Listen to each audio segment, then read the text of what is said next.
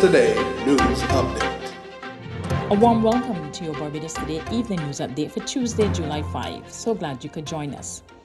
We get started with an assurance from Labour Minister Colin Jordan that the days of workers being left high and dry when businesses go under will be a thing of the past. He served notice during today's debate in Parliament on the Safety and Health at Work Amendment Bill 2022.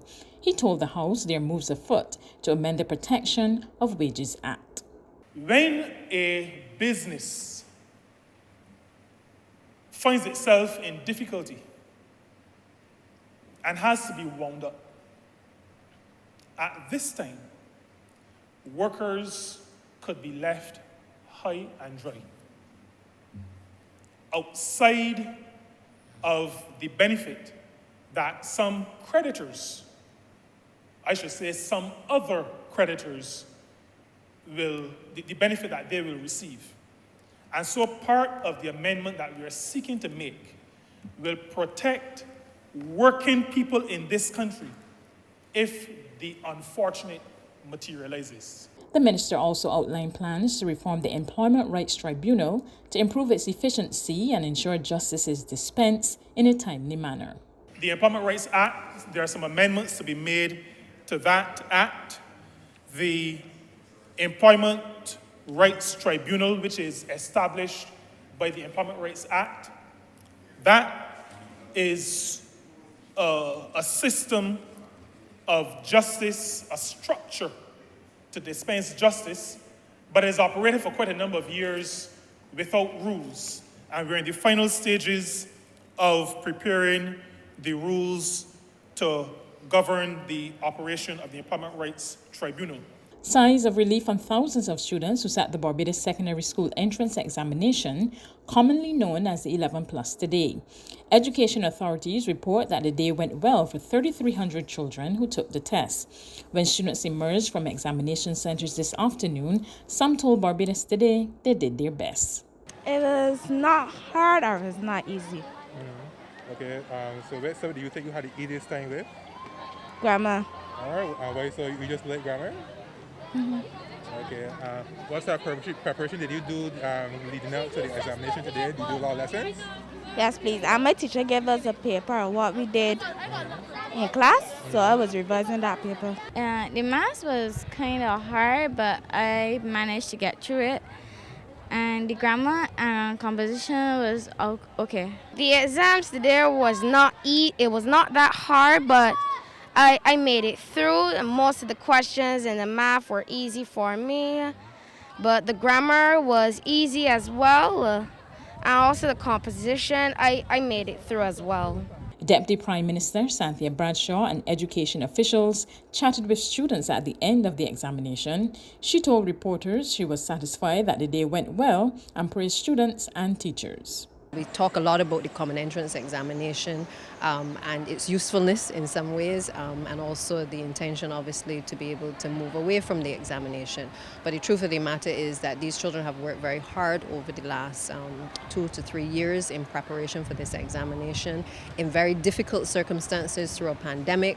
They've had to work online. They've had to, have shortened days and hours in terms of school, and they have demonstrated, above all else, their resilience in terms of being able to participate in their education.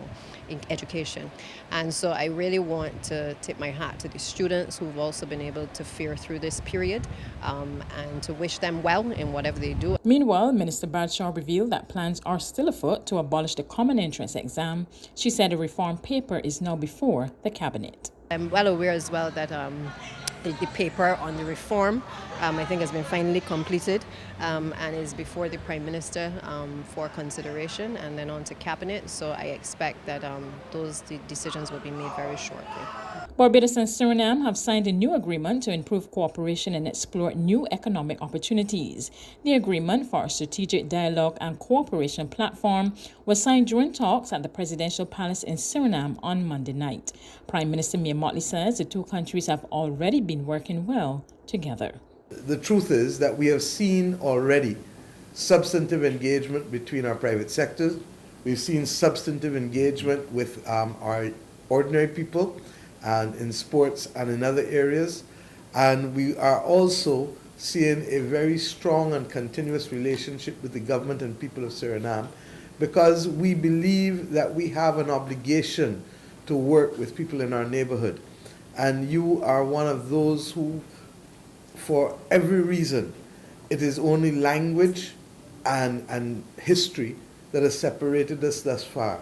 And we've come to this point over the last few years to say that that should no longer be a barrier. Suriname is also keen on deepening cooperation in other areas. We are at a stage of elevating the strategic cooperation platform to the level of heads of government. We have shortly witnessed the signing of the formation agreement for the strategic dialogue and cooperation platform between Suriname and Barbados. A number of areas have been identified in the framework agreement. Based on our previous discussions, I suggest that we can also explore possibilities for joint work on climate change and climate finance. I look forward to intensified contacts and implementation of what we have agreed to thus far. Regional and international news coming up after this short break. Pure oxygen is way more than just water. We infuse pristine water with over 1 billion tiny oxygen bubbles using our state-of-the-art process. The benefits of additional oxygen are huge, from strengthening your immune system to increasing energy levels, stamina, and sports performance. And that's not all. It also improves skin health, helps you sleep better, and reduces stress. Join the movement of people experiencing the benefits of pure oxygen. It's not hype, it's science. To regional news, in Trinidad and Tobago, the Ministry of Finance intends to penalize companies which fail to pay their employees' national insurance contributions. Word of this from Minister in the Ministry of Finance, Brian Manning.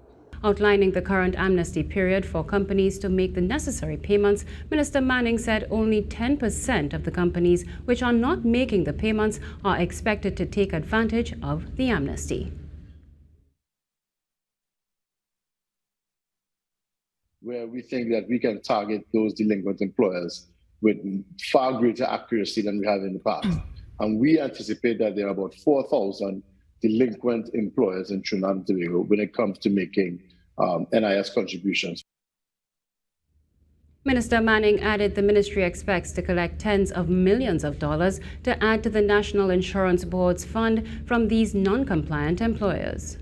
On the international front, two key UK ministers quit within minutes of each other on Tuesday evening in a major blow to the on-the-fire Prime Minister Boris Johnson. The fact that they were released within minutes of each other immediately after the Prime Minister was forced to admit that the truth of the situation regarding what he knew about historic allegations of sexual assault about the former Deputy Chief Whip, he had to admit that the truth was otherwise. It's hard to conclude that they were not coordinated, these two resignations. Sajid Javid, who challenged Boris Johnson for the leadership the last time there was a leadership election, wrote in his letter that British people rightly deserve integrity from their government and that he could no longer in good conscience serve in Boris Johnson's government.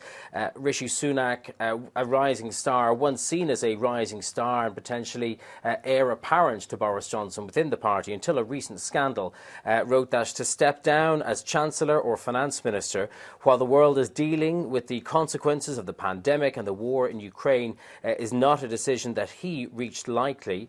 And he said that the public rightly expect the government to be conducted properly, competently and seriously.